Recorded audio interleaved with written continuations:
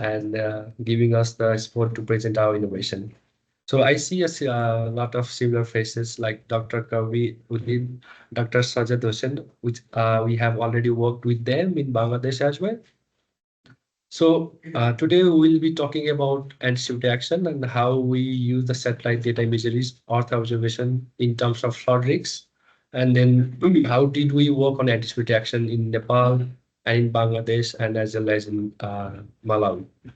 So I know like you have heard about the disaster events in India and in Nepal. It's been like 15 to 20 days we have devastating events in Nepal and India as well. So we have like glacier drainage.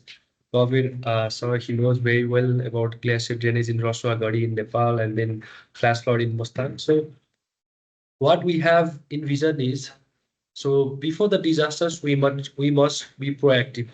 So our tool is more focused on anticipatory action. It's more focused on preparedness rather than response. So this is DASTAA. So talking about DASTAA is one-stop solution platform. It's for disaster preparedness. So it is for household level preparedness, community level preparedness, and then going for early warnings, coming from integrating the hazard models from Earth observations, risk communication, risk computation, and then going for humanitarian, early action planning. So we have two components. We have mobile app and we have its web dashboard as well. So from mobile app, if we go for modular things, we have household level survey design. So we have this risk framework. So we are using for this time the inform framework, and we train the citizen science. We capacitate them. They go to each and every household. They collect the data sets in terms of physical aspects, socioeconomic aspects, institutional aspects, and then access to any kind of infrastructures. So we'll have the vulnerable data sets through our mobile app. We have all the information of each and every households, even the community and even the regional scale. And the second thing is, so we have hazard computation model. So in this hazard computation model, we use different sorts of data sets coming from digital elevation model, and then the discharge data and the LULC. All other things are incorporated for hazard models. And then we have generated these flood hazard models for three municipalities in case of Nepal, two unions in Bangladesh. Sajjad sir, he also knows very well. And then we are also planning for Malawi. So the another model is hazard computation model. We generate the model, and this is also integrated within our system. So these integrating these hazard models with the data sets that we have collected, the vulnerable data sets, and then hazard model, will do multi-criteria decision-making analysis, and we do different sorts of analysis. And then using AHP, using frequency ratio, we have tried different sorts of analysis, and then we finally compute the risk profiles of each and every households. And these risk categorization and risk computations are visualized in terms of three colors: traffic colors, red, yellow, and green. So high represents the red color represents high risk, the yellow color represents medium risk, and the green color represents low risk. As you can see in the picture, so it's example from one of our project location in Nepal. It's Dodala Chadani municipality. So this is how each and every households will be visualized in terms of their risks, as well as their vulnerability, as well as their exposure, and as well as their coping capacity. So we have these three components: data, we have these hazard models, we have these risk profiles, and then we are talking about anticipatory action, how we incorporated the citizen science for anticipatory action, the local government for anticipatory action, and how do we use these earth observation hazard models into this anticipatory action. The first thing, so we validate the we validate these hazard models with the citizen science approach. So in case of Nepal, and I think in case of South Asia, we don't have adequate information about the water levels, the stations. We don't have adequate stations. So what we did was we trained and capacitated the citizen science so that they can have the low cost instruments. For example, we use the Coca-Cola bottle and we have the reading over there. And then Delhi, the citizen science in their location, specified locations, they just go at 8:15 a.m. in Nepal, and then they record what is the amount of rainfall in that day. So like this also helps us to calibrate and validate our hazard models. So now coming to this risk communication module, after integrating the thresholds and triggers in the stations, and then we collaborate with Department of Hydrology and Meteorology, and we integrate the information from each and every census. So we'll have what is the water level, what is the rainfall level, what is the warning level and danger levels. So based on this integration and based on the vulnerable data sets that we have, for example, if there is any chances of warning level, we disseminate the risk messages via SMS and IVS. So if the people are at high risk, if the households are at high risk, we prioritize them first, and then we prioritize medium risk people, and then we prioritize low risk people. And these risk messages, they are like co-designed within the local people, within the local municipality, so that the messages that we are delivering, they are more understandable, and then the local people, they can internalize them, and then they can act upon for early action things. And then using this whole system, the local municipality and the local government, they are prioritizing the local resources. They are prioritizing the vulnerable people for safe evacuation, and then also for early cash transfer. So yes, so we use our DASTAA mobile app. We go to each and every household. We communicate with the local people. We get each and every data set that they have. So we want to know the local context, having the parameters from physical, socioeconomic, institutional, and environmental aspect. So yeah, so using these Earth observation imageries, dams, land use, land cover, the daily precipitation data, satellite imageries, and even the discharge data from Department of Hydrology and Meteorology, we have used these, and we have generated the flood hazard model for these three municipalities in Nepal, but I have shown only two. So this is an example from Dodala Sadani municipality and Postra municipality in case of Nepal. Besides this, we have been to Bhimdatta, and then in Bangladesh, we have been to Tahirpur Upazila for Dakshin Sripur, and another union, I forgot the name. So, and now we are going for Malawi as well. So, in this flood hazard model, so I like to pass on to Luke, so he can add something on this. So, how did we do this flood hazard model? Over to you, Luke. Yes. So currently, we mostly use global data sets for the digital elevation models, and use local data sets for the rainfall and discharge data. But from now on, we're working together with NASA Lifelines, who is helping us to get more localized data sets, because we want to estimate household level risk. So we need the most accurate data sets to be applicable within small like household level risk.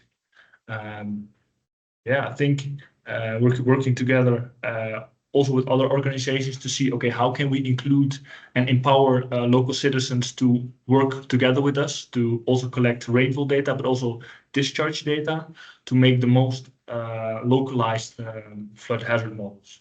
Yeah. So yeah, after we derive these flood hazard models, so there is a part of sensitivity analysis, calibration, validation, all other things, right? So there was one incident in case of Nepal in July 7 and 8 in 2024. There was cloudburst event. I hope you know very well. Kavi sir, he knows very well. So what we did was we used citizen science approach to go to each and every households. So the hazard model that we derived before, it was not able to capture the real scenario in the ground, because there was like 624 millimeter of rainfall within a single day, and our hazard model, it was not so accurate for that incident. So we try to go to each and every households. We measure the depth of the inundation. You can see one of the member girl from the local level. She goes to the household and she measures the depth of the inundation. So likewise, we are using the citizen science approach and all other things. Going for field visits, we try to validate our models. And Yeah, so doing all these hazard modeling part, so we integrate into our app, DASTAA portal. So they will be visualized in this manner. So what is the flood depth and what is the return period of the flood? So, and then based on these things, we visualize each and every household in three categories: low risk, high risk, and medium risk. And again, this is one of the picture from Dodara Sadani. It's Fallen Bridge, where the 624 millimeter of rainfall occurs. And sometimes we need to, take help, and we need to be with the technical team from Department of Hydrology and Meteorology, or the experts from EC board, or WMO, or like those who are the pioneer in setting up these thresholds and triggers. Because so in that period, the warning level and danger level, they were not so effective for us. So there was one incident. So the Department of Hydrology and Meteorology website, they give us like now the warning level has crossed, but there was no inundation and no high current, no flooding in that region. And what we did was we go for a county-based early warning system. So in that case, the offstream people, they used to say us like there is no flooding, there is no high level of water, no high current of water. So there was sometimes false alarm. So we need to have these triggers and thresholds determined very carefully according to the local context. So this is one of the example from the Southern municipality. And again, coming back to the data sets that we have used within the DASTA, so we do hazard modeling through ACRAS. We're also going for SWOT, and also we use the global data sets like GLOFAS, and we do the change analysis, we do rapid assessment through drones, and so these are the data layers that we have used in DASTA while building up our system. And yeah, this is the visualization, how the households look from our risk profiling activities. And the one of the most important feature of our model is we generate the household level disaster risk management plan. For example, if I, as a Sudarshan Hamal, is at high risk, I'll have the printed card into my household. So my household is at high risk. I will have like the report card that is designated as red color, and there are like the information of my own households, who is the household owner, and then how many people are earning the money, what is their distance to rivers, what is their access to infrastructures. All these things are incorporated into these physical cards, because to ensure the inclusivity also, sometimes people they cannot use the mobile app, sometimes they don't have the mobile itself. So we are going in this approach as well. So this is multi-channel risk communication, which is integrated into our system. So this is one of the example, one of the picture from impact-based forecast from the for some municipality. When there is any kind of forecast, we send SMS, IVRs, and we mobilize the local resources in the ground, our field coordinators and the municipality itself within their leadership. They do this community signal and multi-channel risk communication via their website and then their internal group. So this is one of the impact from Nepal. So we were able to achieve zero casualties during this cloudburst event in Todara Sadani municipality with the collaboration and leadership of the municipality itself.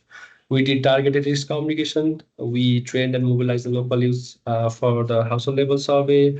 We do multi-channel risk communication. We did early action intervention planning. We supported the early cash transfer to the community disaster management committees so that they can evacuate the people on time, they can give the dignity kits, they can do the multi-purpose things.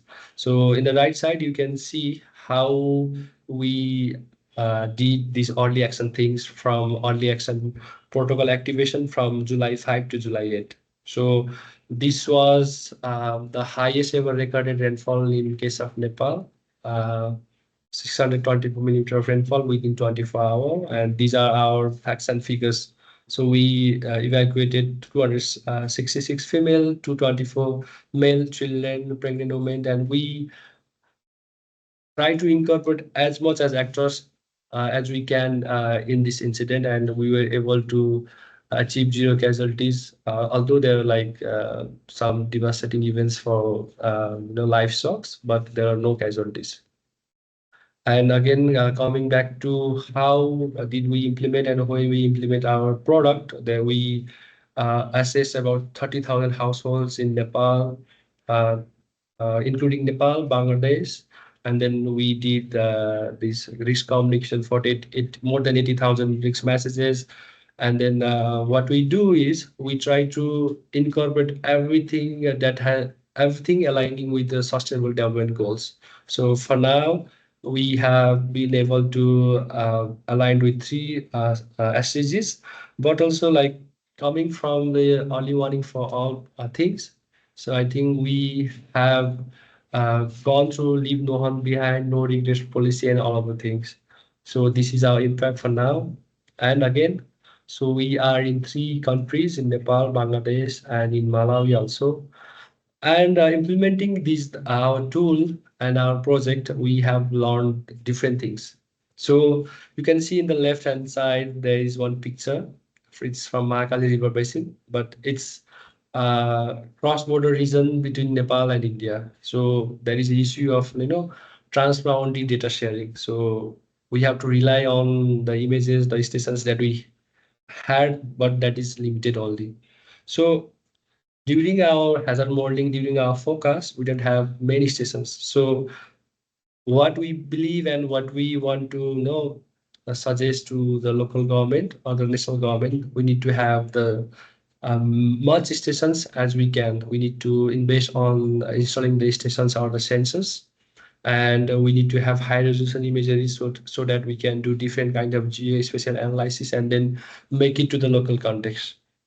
And then again, citizen science approach is very much important and necessary in case of Nepal, Bangladesh, India, or in South Asian context, because we are at high risk, but we don't have the much information so that we can capture and then we then localize into the real ground. And then likewise, we need to have the updated database of each and everything's the features that we had within the local region, households, the critical facilities, health, hospitals, and all other things. So besides this, coming back to connecting to anticipatory actions, we need to have the pre-draft and localized early warning messages, and then we must use multi-channel risk communication thing to reach every people that we have within the local ground.